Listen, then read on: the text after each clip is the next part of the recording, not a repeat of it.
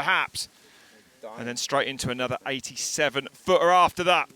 And the next man to drop will be Sam Huckenolt. Oh, shit. Is that how you do it, Charlie? Yeah. What can he do today then? Right in for the 50-1 crew. Not really a racer, Sam. We talk about how there's downhill athletes here, but also a lot of sort of free riders. I'd put Sam in that category. Not a person that necessarily enjoys racing, but certainly enjoys RedBull Hardline. And certainly enjoys having his wheels off the ground. Threads it down there off that drop. Scrubbing up top. He's pushing on, Rob, here. Yeah. Tiptoeing across here like all these riders today. You can have a big one there. Bernard Kerr actually went down hard there last year, nearly a second. Into the red though for Sam Huckenolt at split number 1. Thankfully, a lot easier that part of the track this year. It is real slippery though today. You can see that, the rain overnight. The foliage. Off the cannon he goes. 1.8 back now at split number 2. How hard is it to link this jar? And he only just gets up on there and then straight into this step down. Yeah, but coming up short in practice, and some of the riders will choose to do that. An opportunity to reset and go off the drop. Yeah, and it was a big heavy landing. Oh, we've not seen that hit that fast yet. Wow. No. Keeping it going down through here, and he might be up on the clock at the next one, remember.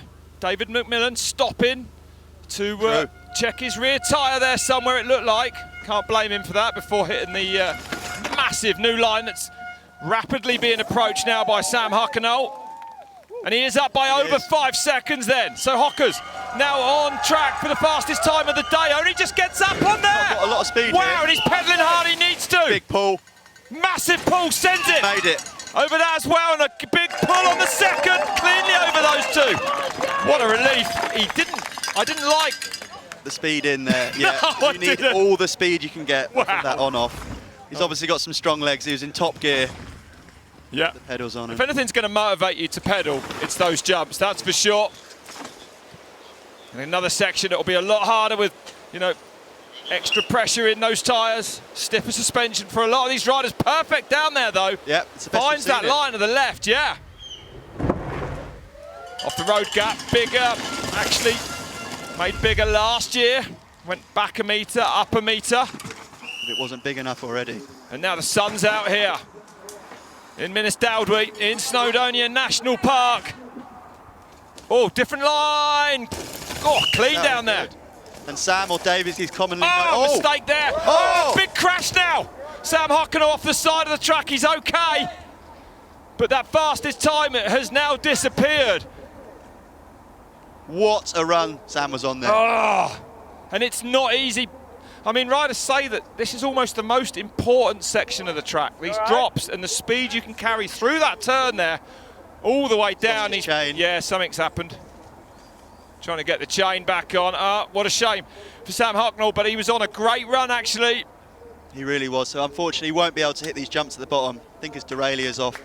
At that point, when you're coming off that drop just before this section, not the road gap, the drop after the rock garden, your mind is just thinking about the finish line. Yeah. These last jumps in the field are enormous, but you kind of put them to the back of your head. You feel like the worst is behind you. Yeah. So to have an incident there, I'm gutted for him. Yeah, what a shame. And the mech, you can see it hanging down there, so no option to carry on for Sam. He's done himself proud on that run. But he did. Yeah. It was an amazing run. Nailed all the technical sections as well, which you would associate him less with, as you said. He's not a World Cup racer. And to sprint for those jumps when we didn't think he had a lot of speed coming in. He only just got up onto that step on, step off, I would say. And riders saying it is difficult to judge. G saying to me it's hard because, like we said, that the first gap onto it is 40 feet, and then the actual tabletop is a lot less than that. So there's no margin for error, and that's unfortunately how we saw George have his incident. He went a touch